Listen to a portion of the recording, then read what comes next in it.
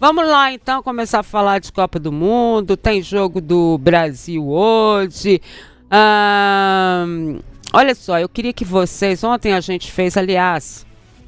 A gente está fazendo uma série de mesas redondas no dia que antecede ao Jogo do Brasil e no dia posterior ao Jogo do Brasil. Por exemplo, amanhã nós temos uma mesa redonda também, não é isso? Quem está na mesa, você está, né? Eu, Finelli e Lucas Maia. Exatamente. A que horas será, Duda? 10 horas da manhã.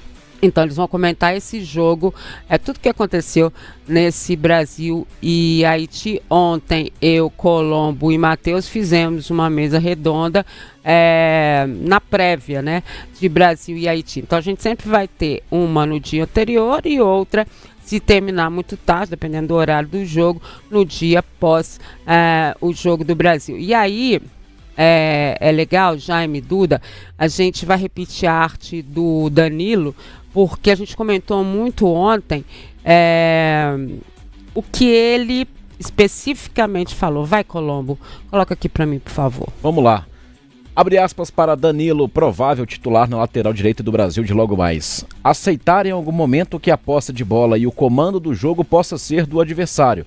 Isso, para mim, é maturidade. Vamos sofrer, sim. Vamos precisar desenvolver espírito de sacrifício, disse Danilo de Mara. E a gente comentou ontem que é muito difícil você ver um jogador de seleção brasileira, né? E da importância que o Danilo tem hoje e tudo mais, de uma seleção numa Copa do Mundo. E é normal a gente ouvir isso, né? Dos treinadores aqui no Brasil e tal. Ou fora daqui, né, nesse sistema que eles dizem assim, o time precisa aprender a sofrer, né? Mas de uma seleção brasileira, né, diante de um Marrocos ou diante de um Haiti, ou seja lá quem for o adversário dessa seleção brasileira, você ouvir de um jogador, depois tem mais com o Ancelotti também, mas você ouvir dizer que você precisa aprender a sofrer, na minha opinião, é pensar muito pequeno. O que você acha, Jaime? Olha, Dimara, e já a gente vai ver a fala do Ancelotti, que pra mim elas se conectam, né? Elas se conectam. Quer até colocar a fala do Ancelotti de uma vez? Você quer colocar pra mim? Deixa eu ver se tá na ordem do roteiro, né? E deixa eu só... Olha aí, a fala do Ancelotti. Aí, vamos lá. Vai, Colombo, por favor. Perdão. Ancelotti, a equipe está definida na minha cabeça, mas vou comunicar aos jogadores. Agora não é o momento, mas é só por isso. Eu não tenho problema em falar da escalação inicial. Futebol não tem segredo, mas prefiro comunicar primeiro aos jogadores, disse Carlo Ancelotti. Isso é sobre, obviamente, a escalação e tudo mais. Coloca a segunda aspas dele aí, por favor. Vamos lá. Começar bem é importante em uma Copa do Mundo, mas o mais importante é que a equipe, mais do que ser perfeita, precisa ser resiliente quando as coisas não vão bem. Não se pode desistir quando as coisas não saem como esperado. Acredito que a equipe é resiliente e vai melhorar, disse Carlo Ancelotti. E são os dois pontos, né? Aprender a sofrer e ser resiliente. Para mim, essas duas palavras, como o próprio Jaime disse, elas se encaixam, né? Mas eu não entendo uma seleção, e principalmente a seleção brasileira, trazendo nessas duas palavras pontos principais do comportamento dela em campo. Para mim, uma mudança daquela que a gente sempre diz é do DNA. Se tem DNA em clube, tem DNA em seleção.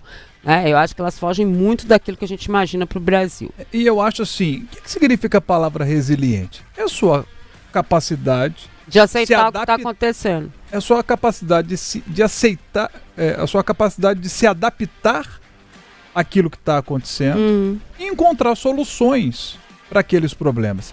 Isso é resiliência. E eu acho que o Danilo já entendeu. Em determinados momentos, a seleção, ela não é a grande seleção de 70, não é o grande time que tivemos em 2002, e sabe, tem grandes jogadores extraordinários, sabe, para poder criar soluções do jogo naturalmente e vencer as partidas. Não é o caso desta seleção. Então nós precisamos ter a humildade de botar o nosso pezinho no chão, calçar as sandálias da humildade e saber que em alguns momentos nós vamos ter um time que vai bater de frente com a gente. E talvez seja o momento da seleção retrair um pouquinho e esperar para poder atacar o espaço, jogar no contra-ataque. Onde o natural, o que a gente espera de uma seleção brasileira? É o Brasil indo para cima de qualquer adversário que seja. que vá para cima de qualquer adversário e que vença os jogos. É isso que a gente quer de uma seleção. É isso que nós estamos acostumados. E nós vimos grandes seleções brasileiras. Agora, não é o caso dessa seleção, não é. Então, acho que o Ancelotti tem toda a razão. Temos de ser, sim, resilientes. Temos de ser resilientes, de entender o jogo, de adaptar as dificuldades e buscar as soluções dentro daquilo que a gente tem de qualidade. Temos um grande jogador que é o Vinícius Júnior, temos de achar soluções para potencializar o Vinícius, potencializar o Rafinha. São jogadores diferentes que nós temos, bons jogadores que nós temos e que podem resolver as partidas para a gente. A gente tem que entender isso que o Ancelotti tá falando. Acho que foi uma fala inteligente dele diante do cenário que hoje temos. Hoje nós não estamos entre as 5 principais seleções do mundo. Não estamos. É fato. E você, Duda, o que você pensa disso? Ô, Di, eu vou analisar uma fala, depois a outra e depois o conjunto das duas, né? Primeiro a fala do Danilo. Quando ele fala do adversário ter a posse de bola, às vezes do adversário propor o jogo. Hoje, mas eu tava assistindo um vídeo da Renata Silveira. Sim. E ela foi um vídeo extremamente didático. Ela falou assim, olha, não necessariamente quando você tem a posse de bola, você tem um controle do jogo, porque seu adversário, ele pode ser mais efetivo. Uma coisa que eu sempre gosto de comentar é a famosa posse de bola estéreo, é quando você tem a posse de bola, mas você não é eficiente na finalização, você não consegue ser eficaz quando vai fazer o arremate da jogada. E aí, nesse cenário, realmente, de nada adianta você ter a posse de bola. O interessante é você saber aproveitar, ter o controle do jogo como um todo, mas sabendo aproveitar para finalizar. Então, quando... Exemplo, Atlético e Cruzeiro esse ano. O Atlético não teve a posse de bola, mas teve o controle do jogo o tempo inteiro. O Atlético controlou o jogo para poder jogar da maneira que ele queria, atacando os espaços e venceu por 3-1. Chegou a fazer 3-0 no jogo. É verdade. Exatamente. E aí, rapidinho, pessoal, volta ali só pra pegar a segunda aspas que o Danilo falou ali. Então, realmente, que em algum momento o adversário vai ter. E hoje eu tava fazendo roteiro, eu tava pesquisando sobre essa pausa pra hidratação, que tá gerando muita repercussão nas redes sociais. Porque tem gente que acredita que isso está prejudicando e, de fato, por exemplo, Brasil e Marrocos. Como que o Brasil voltou melhor depois da pausa da hidratação? Muitos falam da questão do marketing, mas do próprio treinador fazer ali um ajuste ou outro, mas tá tudo bem ali. Então, muitos times, eles voltam com outro vigor nesse segundo tempo, vamos falar assim, que tá dentro do primeiro, né? Então, é realmente ter maturidade de reconhecer que nem sempre você vai estar no controle, mas também não é jogar tudo pro alto. Você reconhece que você tá ali num problema em que você não tá mandando. Mas aí entra o que o Ancelotti falou. Eu acho que o Danilo ele foi um pouco infeliz em falar espírito de sacrifício. Eu acho que talvez a palavra ali, o termo utilizado não foi o melhor.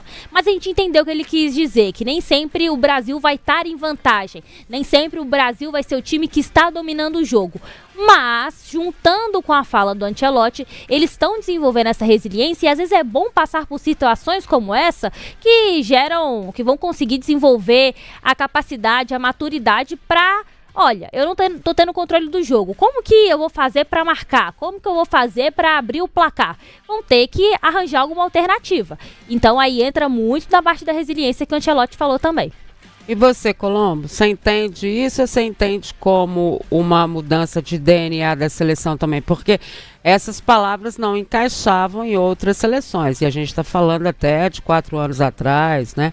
Não eram palavras que se encaixavam, acho que nunca encaixaram na história do futebol brasileiro em termos de Copa, né? Eu agora fiquei na dúvida se a gente tem essa declaração ou outra do Danilo, de Mara, no programa de ontem, pra gente contextualizar. Tem uma outra também, se vocês puderem puxar outra, aí. Ele fala. Puderem puxar aí pra gente a outra que a gente usou no programa de ontem. Mas, e do Ancelotti também tem mais uma. Enquanto vocês puxam a outra do Danilo, vamos colocar a outra do Ancelotti que tá faltando aí. Mas que é tem problema também, né, Dimara? Assim, não, se der problema aí não precisa não. É só, vamos lá pra 3, vai lá. Abre aspas pro Ancelotti. Opa, vamos lá. Falar com o Carlo Ancelotti a respeito Esse aspão aí, viu, Elcio Mendes Júnior? É um aspão. Aspão. Minha equipe precisa ser capaz de fazer muitas coisas. Quero que meu time defenda em bloco baixo, ataque, aproveite a qualidade dos jogadores, seja agressivo no ataque, recue as linhas e defenda a própria área. A autocrítica dos jogadores foi construtiva. Trabalhamos nos últimos dias para corrigir a estreia ruim e acredito que vamos conseguir. Mais cedo ou mais tarde, vamos resolver a situação. Continuo confiante de que esta equipe será competitiva na Copa do Mundo, disse Carlo Ancelotti. Vamos com o Danilo agora, então, que tá ok? Vamos lá, abre aspas para o lateral. Não foi possível a criação de uma identidade, até mesmo pelas trocas constantes, refere-se aos comandos. Tudo sim faz influência. A gente não conseguiu construir, isso é claro. Nós não temos uma maturidade que uma equipe como a França, a própria Argentina enquanto equipe, tem hoje. O que não quer dizer que a gente não pode fazer um bom papel, ganhar, chegar longe, disse Danilo. Ontem, né, Dimara, eu vou na mesma mão da Duda aqui, basicamente, quando ela falou de espírito de sacrifício. E aí eu fiz uma pergunta, e essa é uma pergunta que, assim, nós três respondemos ao mesmo tempo, eu, você e o Matheus Liberato. E aí é bom que a gente tenha a Duda e o Jaime aqui, porque de repente eles conseguem puxar na memória, ou puxar de uma outra forma, uma seleção que tenha baseado, Jaime Júnior, Duda, uma seleção campeã do mundo que tenha baseado o seu jogo no saber sofrer e não ser protagonista. Itália. Talvez a Itália jogou Eu bem desconheço. Pensando ontem... 2006? Não, a Itália não era. brilhava no ataque, aquela maravilha. Uma Itália sabia se Mas ela defender trabalhava bem muito difícil bem, de- mas ela trabalhava muito bem no setor defensivo. As Tinha um estrelas DNA, dela as estrelas dela estavam todas no meio-campo, a recomposição era muito grande. Eu não me lembro de nenhuma seleção campeã que se baseou na história de sofrer e nem ter essa mudança de DNA. Então, antes pelo contrário. Tanto que a gente Foi dentro do DNA da Itália, que é... os craques da Itália são os zagueiros. Mas você foi bem, sim. né? Craque da Itália Eu confesso que por um momento eu tinha esquecido. Você foi bem. Mas é como você disse. É o Mas ela DNA da manteve o Itália. DNA. Exato. É uma situação à parte na Itália, um país Exatamente. conhecido, inclusive do Carlo Ancelotti, pela boa defesa. Então, assim, a dificuldade está em achar, assim, nessas últimas, então, já que você pegou meu argumento muito bem instruído, ô Jaime Júnior, vamos pegar recentemente, né? A gente vai passar por França, vai passar por Alemanha, vai passar França, Alemanha... A própria Argentina. Argentina. Exato. Deve ser na própria Argentina? É muita emoção, né? É porque é mais recente, Muita né? emoção, Ele não- exatamente. né? Nenhuma que tenha baseado o seu jogo na defesa. Time equilibrado é uma coisa. Basear o seu Exatamente. jogo na defesa, hoje eu acredito que o cenário é para, assim, seleções com ótimos pontas, ótimos meias, ótimos meio-campistas. É difícil sair desse bolo as campeãs, sabe? E não baseiam o seu jogo no ataque. Isso. Você pode ter dificuldade, como teve a Espanha, de furar o bloqueio. A França teve uma dificuldade no primeiro tempo. No segundo, quando se soltou e achou o Olise, achou o Mbappé, achou o Barcola, achou o jogo e construiu 3-1. Então, assim, eu vejo uma tentativa, né, de atribuir assim, o Brasil tem que saber sofrer. Eu acho que o Brasil tem que saber qual a identidade ele quer primeiro. Porque é difícil você assistir um jogo da seleção brasileira e dizer exatamente como joga o Brasil. Mas não tem, né? O próprio Danilo reconhece que identidade não tem. Pois é, então acho que ele assim, ele Então, mesmo assim, deu a vamos resposta, né? jogar um pouquinho mais defensivo mesmo, em alguns momentos, a gente precisar ser mais defensivo, vamos ser. Fazer o feijão com arroz, né? E o que ele falou do sacrifício pra mim é interessante. Falei assim, olha, se a gente não se sacrificar, sabe, correr mais que os adversários, se a gente não se doar, um ajudar o outro acima do normal aqui, sabe, a gente não vai muito longe nessa Copa não, porque o que tem de seleção aí que tá mais arrumadinha com a gente, tem muita. Mas aí, olha só, Jaime, essa toada do discurso. Você se lembra desse tom desse discurso Não. antes do jogo contra Marrocos? Antes do jogo? Eu acho que caiu na real, tá? Então talvez o caminho esteja aí, né? Então caiu no real e viu que não era. Vocês acham que esse é o caminho do Brasil para tentar alguma coisa em Copa do Mundo? É aceitar, se colocar resiliência, é ter essa questão do saber sofrer. Uma coisa é você ter autocrítica, que até é o título que a gente colocou ali, resiliência e autocrítica, que foi o que o Ancelotti falou. Autocrítica é você saber onde é que você está errando, né? Quando você sabe onde você está errando, você está tentando acertar, porque só quem aceita o erro é que pode acertar. Agora, vocês acham mesmo que pode ser o caminho do Brasil uma resiliência, um sofrimento em campo, para poder chegar a algum ponto nessa Copa do Mundo? Especificamente até agora? Eu acho que nesta Copa, sim. Em relação à Copa ou em relação ao que nós temos como seleção? Nesta Copa... Mas em relação à Copa, aos times que você viu jogar, ou em relação ao que nós estamos apresentando? As duas coisas. A nossa seleção não está entre as 5 principais. Quando a gente olha para as 5 principais... Fiquei curioso pelo seu top 5. Você pode rapidinho falar? Não estamos à frente da Espanha.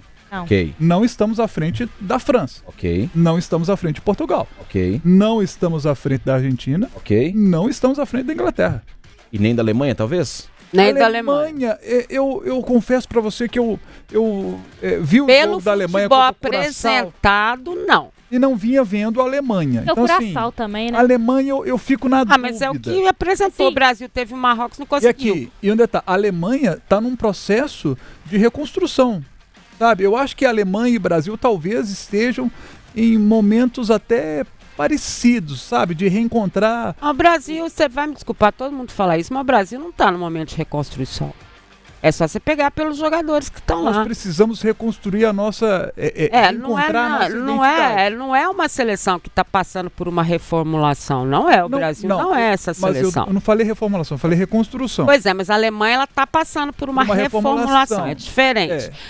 O que eu estou dizendo é o seguinte, pelas 2 rodadas, pelos times que a gente viu até agora, o Brasil realmente pode chegar a algum lugar com resiliência, com sofrimento. É esse o Brasil que do Ancelotti, porque se for esse DNA, o torcedor brasileiro vai ter que acostumar com muita coisa que ele não está acostumado em termos de seleção brasileira, correndo um risco enorme de ficar de fora da Copa do Mundo de forma muito rápida. Guardadas as devidas proporções, né? Nós brasileiros temos muito orgulho do título de 58. O de 58 era magnífico, de 62 também, uma geração, né? A mesma geração ali. Aí você vai para a Copa de 70, poxa, só grandes craques, uma seleção que jogava bonito. Para mim é a melhor seleção de todos os tempos, né? Qual? A de 70? A de 70. A de 82 perdeu a Copa, mas a gente tem muito orgulho, fala com a boca cheia da seleção de 82. 2002 nós ganhamos os 7 jogos da Copa, foi um negócio extraordinário. A de 94, muita gente torce o nariz para a de 94, porque acha que a de 94 não jogou como o Brasil. Mas ganhou. Sabe? Mas ganhou a Copa. Essa seleção agora pode ganhar a Copa do Mundo? Não sei, mas se ganhar, vai ter o mesmo gostinho talvez daquela seleção de 94, se jogar do jeito que o Danilo tá falando, do jeito que o Ancelotti tá falando, né? Esse futebol de resiliência, esse futebol de saber sofrer, seria um título parecido com o de 94, né? Em que pese o fato de eu achar, sabe, essa possibilidade...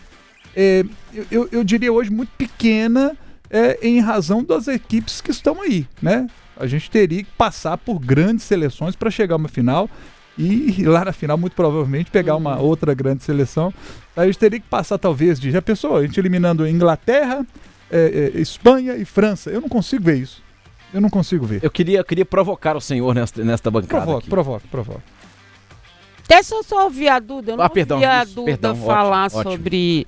sobre essa questão. Vem me provocar, Você né? acha que o torcedor vai aceitar com facilidade essa mudança de DNA do Brasil, das coisas que a gente entende como seleção, como o que a gente já teve? Óbvio que a gente não tem os craques que a gente tinha em outras épocas. Ninguém está exigindo aqui que você tenha na mesma seleção Ronaldo Fenômeno, Ronaldo Gaúcho, Kaká, Rivaldo. Isso a gente sabe que não tem. Né, que eram os melhores jogadores do mundo na época. Mas você acha que pelo contexto que a gente tem como seleção e tudo mais, o torcedor vai aceitar com facilidade isso? Olha, Di, eu acho que passa por muitos aspectos. E um primeiro que eu vou citar, que eu acho que vai desencadear o restante do raciocínio, é a identificação do torcedor com quem tá dentro de campo, com a seleção brasileira. Eu acho que passa muito por isso. E eu falo como uma pessoa que não viu o Brasil ganhando nenhum mundial. E é uma coisa que eu vejo muito meus pais comentando. Meus pais são da década de 70, então acompanharam o Brasil vencendo alguns mundiais. Então eles tiveram essa vibração de ir pra rua, pintar a rua, de vestir a camisa da seleção, de ter essa empolgação. Coisa que, de forma lamentável, a seleção foi perdendo nos últimos anos. E querendo ou não, eu acho que nos últimos 2 ou talvez 3 ciclos, eu vou pegar esses 2 ciclo atual e o último ciclo de 2018, que são os que eu me recordo Tite. melhor. Isso, do Tite. Eu acho que falta uma identificação por parte dos atletas com o torcedor. E assim, a partir do momento em que a gente vê alguns jogadores indo ao microfone, quando em época de amistoso, falando assim, olha, a gente tem período de férias, a gente tá abrindo mão das nossas férias pra estar aqui jogando. Cara, eu acredito que existem jogadores e jogadores. Eu não tô colocando todo mundo na mesma balança, deixando isso muito claro. Mas tem alguns atletas que a gente sabe como que o sonho deles é vestir a camisa da seleção. Mas existem atletas que são os mais badalados do futebol mundial, do futebol europeu, que eles sabem que no próximo ciclo, na próxima convocação, eles vão estar lá. Eles são figurinhas já manjadas lá pela seleção brasileira. E tá tudo bem, eu não tô desmerecendo o sonho deles com relação a isso. Mas parece que pra eles virou algo muito normal vestir a camisa da seleção. E eu acho que o torcedor, ele sente um pouco isso quando não consegue ter esse apelo, essa identificação. E aí o que passa desse DNA da seleção brasileira? Da mesma forma que a gente vem aqui depois de um desempenho ruim do Atlético, do Cruzeiro, eu acho que a coisa que vai conseguir convencer é o resultado. E aí, a primeiro momento, o resultado, e a segundo momento, o desempenho. Quando o torcedor olhar e falar assim, nossa, esse time realmente está jogando muita bola. Porque assim como o Danilo também ressaltou, passaram vários técnicos.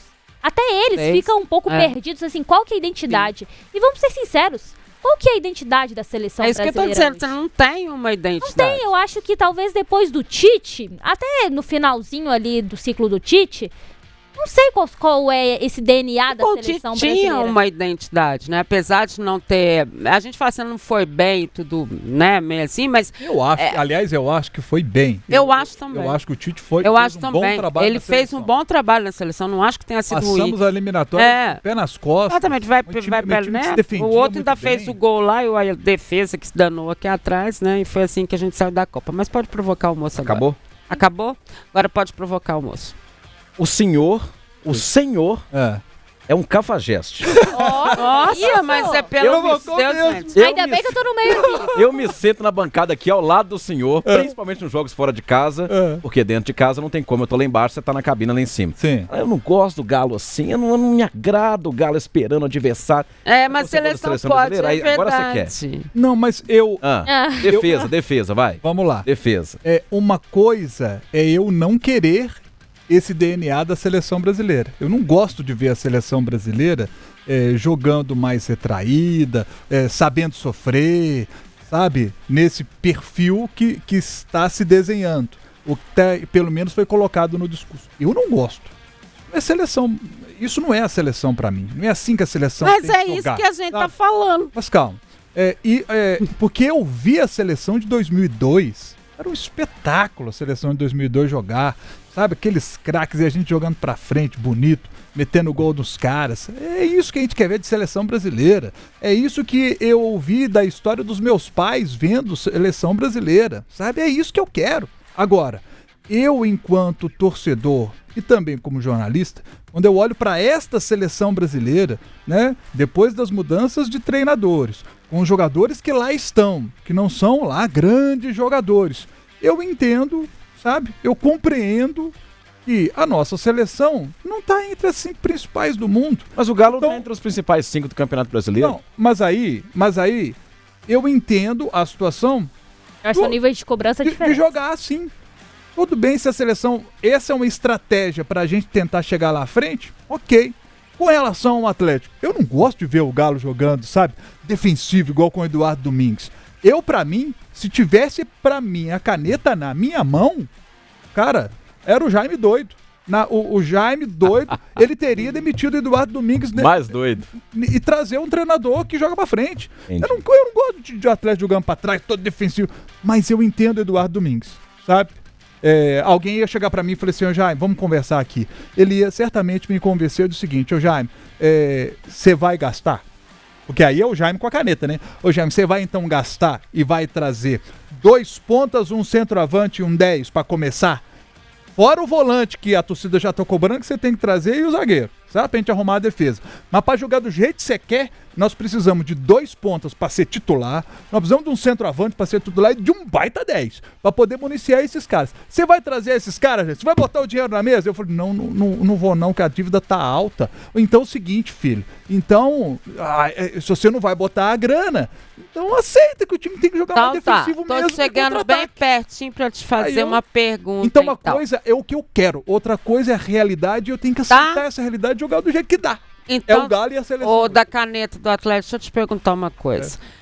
Uma coisa é ser presidente do Atlético ou ter a caneta do Atlético. Outra coisa é você ser o Ancelotti, um dos maiores treinadores do mundo, e ter tido a chance de convocar qualquer jogador brasileiro que você quiser sem usar dinheiro. Essa é a grande diferença. O que a gente está falando é exatamente disso. Né? Eu, assim, desde o... E realmente é diferente, porque se ele pudesse se ele pudesse convocar o Mbappé... Não, o Mbappé é da França. Eu queria convocar o Kane para ser meu centroavante. Haaland, não, o Haaland tá na Noruega, o Kane tá na Inglaterra. Sabe, quem que você vai convocar para ser centroavante? Aí ele olha aqui, pô, tem o Igor Thiago. Matheus Cunha. Hendrick. Tem o Ento, que é um bom menino. Pois é, mas então aí você está colocando que da mesma forma pelo mundo ele tem jogadores melhores. Tá, mas você acha então que a gente não tem no Brasil ou fora do Brasil, jogando fora do Brasil, na Europa ou aqui dentro, material humano, principalmente hoje, né? Assim, porque essa história já não vale mais, né? Que seleção é o momento. Se fosse o momento, a gente tinha visto outros convocados que não apareceram. Você acha mesmo que ele não teria nenhum jogador e nada para mudar essa história e manter esse DNA? Nós temos um bom time. Eu acho que nós temos uma boa seleção. Não temos uma ótima seleção. Uma ótima seleção. Para encarar essas 5, não. Agora, o que decepcionou muito o torcedor brasileiro é quando enfrenta o Marrocos. Que não é que fala assim, o Marrocos. A galera que não acompanha às vezes muito futebol, quando fala de Marrocos, a gente já pensa o seguinte, pô, esse jogo aí não vão ganhar, né? Não, Marrocos, gente, foi a última semifinalista da Copa. Eu acho que não, todo mundo ainda falou assim, é o jogo mais difícil do grupo. Eu acho que não havia esse pensamento, não. Só que quando eu saio na rua, eu converso com o cara do Uber que me traz aqui pro jornal, todo mundo decepcionado. Pô, mas eu converso com a Lu ali na portaria e penso, não, gente, por que nós não ganhamos esse jogo da estreia? Sabe, as pessoas estão decepcionadas do Brasil não ter ganhado. Mas jogou mal contra o Marrocos, né?